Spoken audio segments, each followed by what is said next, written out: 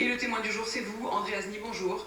Vous êtes fils de harkis, vous êtes président de l'association Les Harkis et leurs amis. Vous allez être reçu dans 2 heures maintenant à l'Élysée et vous avez commencé par passer par le studio des RMC alors que vous avez roulé toute la nuit. Donc d'abord, merci d'être dans ce studio ce matin. Vous avez prévu de donner une lettre à Emmanuel Macron. Vous voulez lui dire quoi?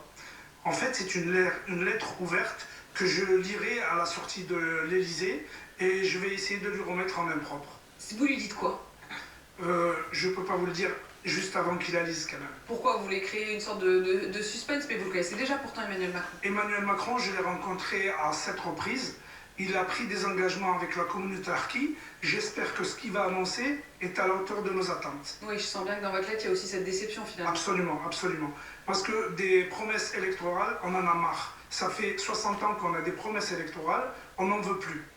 C'est pour cela que la communauté harki a décidé de lancer sa propre campagne. Nous avons une candidate, on va présenter une candidate qui est Madame Luisa Memri. On va la présenter à l'élection présidentielle. Ah donc carrément, vous y allez en concurrence d'Emmanuel Macron finalement. Exactement. Mais cela dit, faisons un tout petit peu le point là-dessus, André Azny. Vous dites, on en a marre des promesses électorales. Et en même temps, on le voit bien, à chaque fois que vous êtes reçu, c'est parce qu'il y a une élection aussi juste après. Là, c'est juste à quelques mois de la présidentielle que vous êtes à nouveau reçu. La ficelle est un peu grosse, non? Absolument, absolument. Nous, ce qu'on voudrait, c'est que déjà pendant les 4 dernières années, qu'il honore ce qu'il avait promis. Pour l'instant, le compte n'y est pas. Le compte n'y est pas. On ne peut pas faire des promesses pour les 5 ans à venir alors qu'on n'a pas honoré les 5 ans qui viennent de passer. André Azny, vous êtes plein de colère. Absolument. Toute votre vie, vous l'avez été, ou particulièrement ces 5 dernières années? Non, toute ma vie, je l'ai été avec les 8 présidents. J'ai connu 8 présidents de la République avec les 8 présidents. Je voudrais dire une chose. L'histoire des harkis, elle est tragédique. Elle est honteuse pour la France.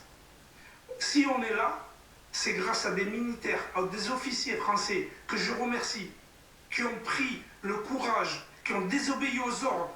Ils ont désobéi aux ordres de Messmer et de Jox avec le fameux télégramme du 12 mai et du 16 mai.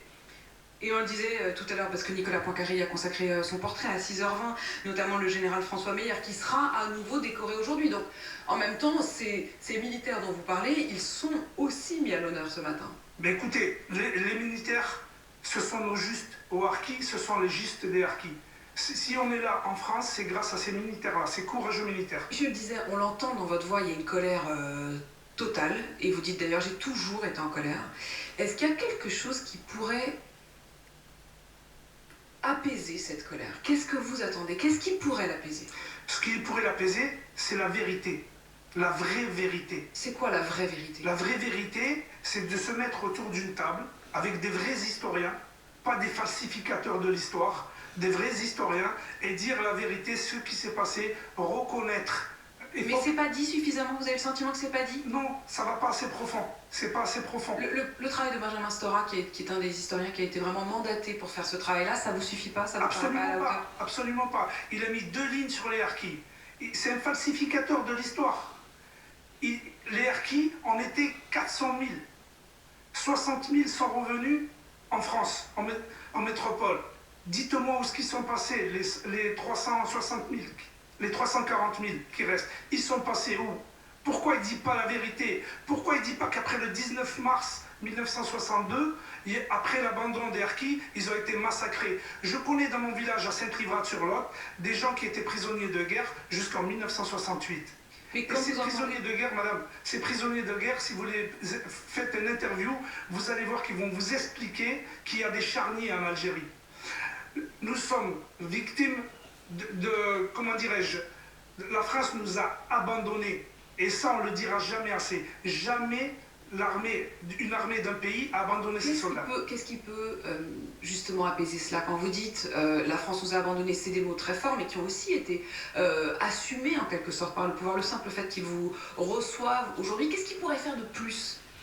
Est-ce que vous voulez qu'il... Je sais pas, à un moment, je me dis concrètement, il va donner des sous, il va décorer les uns les autres, il va vous recevoir à l'Élysée.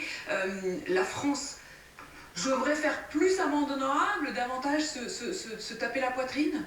Nous, ce qu'on voudrait, c'est une loi de reconnaissance On voudrait, à l'Assemblée nationale, qu'il y ait une loi de reconnaissance et puis indemniser toutes les familles harkis. Nous, on avait une maison en Algérie, on veut une maison en France. C'est le combat de toute une vie. C'est le combat de votre vie?